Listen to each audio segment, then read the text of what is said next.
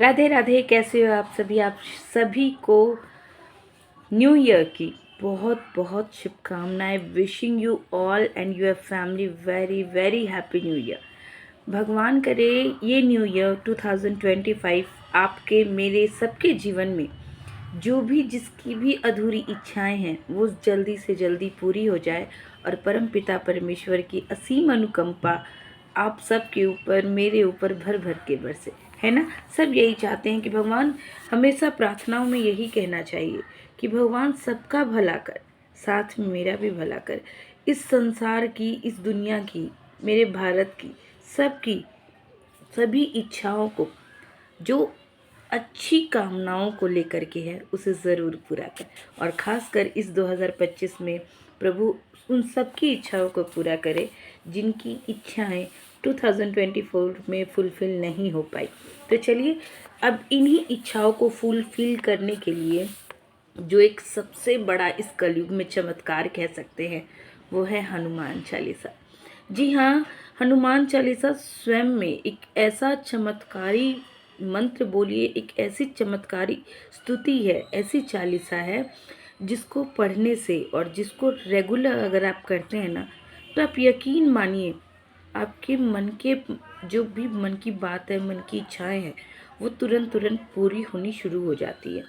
लेकिन बहुत सारे लोगों का प्रश्न आता है कि दीदी, हम तो हनुमान चालीसा सालों साल से पढ़ रहे हैं, लेकिन हमारा तो मन का पूरा नहीं हो रहा, हमारी तो मनोकामना पूरी नहीं हो रही। तो देखिए, हनुमान चालीसा सिर्फ जैसे तैसे पढ़ने से नहीं होगा। हनुमान चालीसा पढ़ने का भी एक नियम होता है।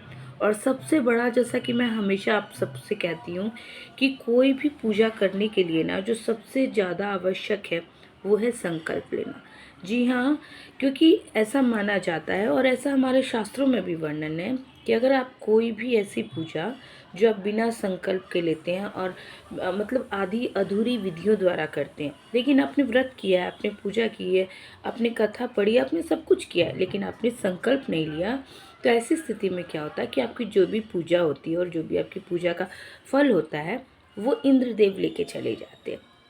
तो इसीलिए हमें कोई भी पूजा करने से पहले हमें उसके छोटे छोटे से नियमों को ज़रूर मानना चाहिए। और सबसे बड़ी बात कि अगर आप कोई भी पूजा कर रहे हैं तो बिना आसन लगाए आप कोई भी पूजा नहीं करिएगा, क्योंकि बिना आसन के, जैसा मैंने पहले ही कहा, उसका फल आपको नहीं मिलता। तो जब भी आप कोई पूजा पाठ करें तो प्रॉपर आसन लगाएं, उसके ऊपर बैठ के आप पूजा अर्चना करें। और जब आपकी पूजा अर्चना का समापन हो जाए तो उस जो भी आपका आसन है उसके नीचे थोड़ा सा जल छिड़क के अपनी आँखों पे ज़रूर लगाएं। तो ऐसा करने से आपको आपकी पूजा का पूरा फल ज़रूर मिलेगा। अब आते हैं टॉपिक पे, हनुमान चालीसा कैसे पढ़नी चाहिए। तो देखिए, सबसे पहले आपको संकल्प लेना चाहिए कि आप कितने दिनों तक की हनुमान चालीसा पढ़ेंगे। अगर आप आजीवन पढ़ना चाहते हैं तो वो भी आप इस संकल्प में कहेंगे कि मैं प्रतिदिन इस समय ये हनुमान चालीसा इस मनोकामना के साथ पढ़ रही हूँ।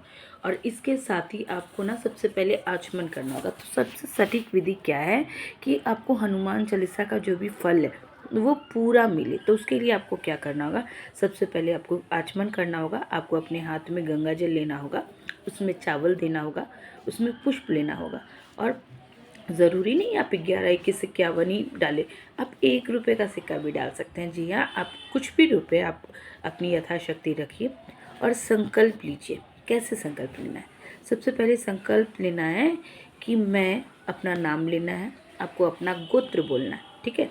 आप जहाँ पर हैं आपको वो स्थान बोलना है और आपकी जो मनोकामना है कि मैं इस मनोकामना की सिद्धि के लिए ये हनुमान चालीसा का पाठ इतने दिनों तक करूँगी। और अगर आप मेरी माने तो आप हमेशा कुछ संकल्प लेके कुछ अवधि तक के लें और फिर से संकल्प लें। जैसे आपकी एक इच्छा पूरी हो गई, आपने संकल्प इतनी अवधि तक का लिया, आपकी वो इच्छा पूरी हो गई, आप फिर संकल्प लें और फिर एक अवधि तक करें। तो ऐसे करते रहने से क्या होता है कि एक फ्रेशनेस आपके अंदर भी आती है और आपका संकल्प, आपकी जो, क्योंकि देखिए हम मनुष्य हैं, हमारी इच्छाओं का अंत नहीं, तो एक के बाद एक इच्छा हमें भी चाहिए होती है।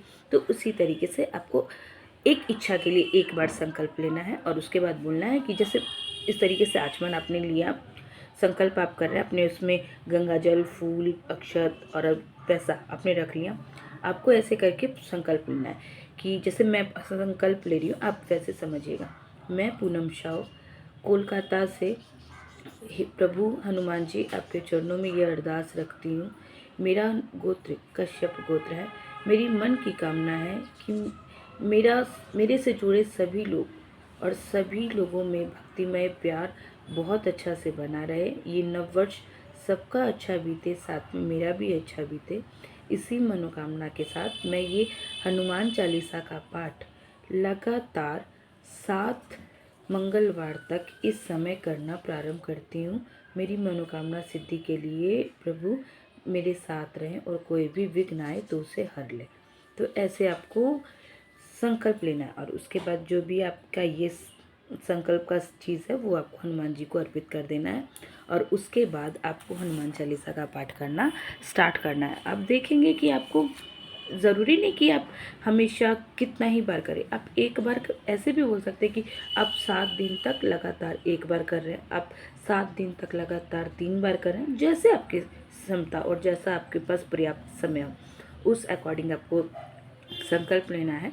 फिर हनुमान चालीसा पढ़नी है और संकल्प रोज लेने की आवश्यकता नहीं, जितने दिनों तक मैं, जैसे मैंने कहा 7 मंगलवार तक का मैंने संकल्प लिया, तो मैं 7 मंगलवार के बाद दोबारा संकल्प लूँगी। उसके बीच में आपको लगातार फर्स्ट डे लिया, फिर आप लगातार सेम टाइम पे हनुमान चालीसा पढ़ते रहेंगे। भोग और पानी ज़रूर प्रभु के समक्ष रखेंगे और हनुमान चालीसा का पाठ करेंगे। तो इस तरीके से अगर आप हनुमान चालीसा का पाठ करते हैं तो देखिएगा आपको रिजल्ट 100 आउट ऑफ 100 मिलेगा, ऐसा मेरा विश्वास है। और प्रभु हनुमान जी सुनते हैं। और सबसे बड़ी बात, 2025 का जो साल बन रहा है ये आपको मंगल का ही साल है, तो हनुमान जी को मनाना अति आवश्यक है। हनुमान जी को मनाइए और अपनी सभी मनवांछित इच्छाओं को प्रभु से पूरी करने की अरदास करिए। इस वर्ष हनुमान भक्ति पे विशेष ध्यान दीजिएगा।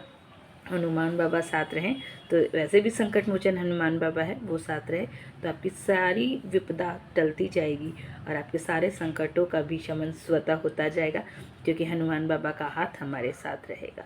तो एक बार जोर से बोलिएगा, श्यावर रामचंद्र की जय, हनुमान जी की जय। राधे राधे, जय श्री हरिदास, हरि बोल।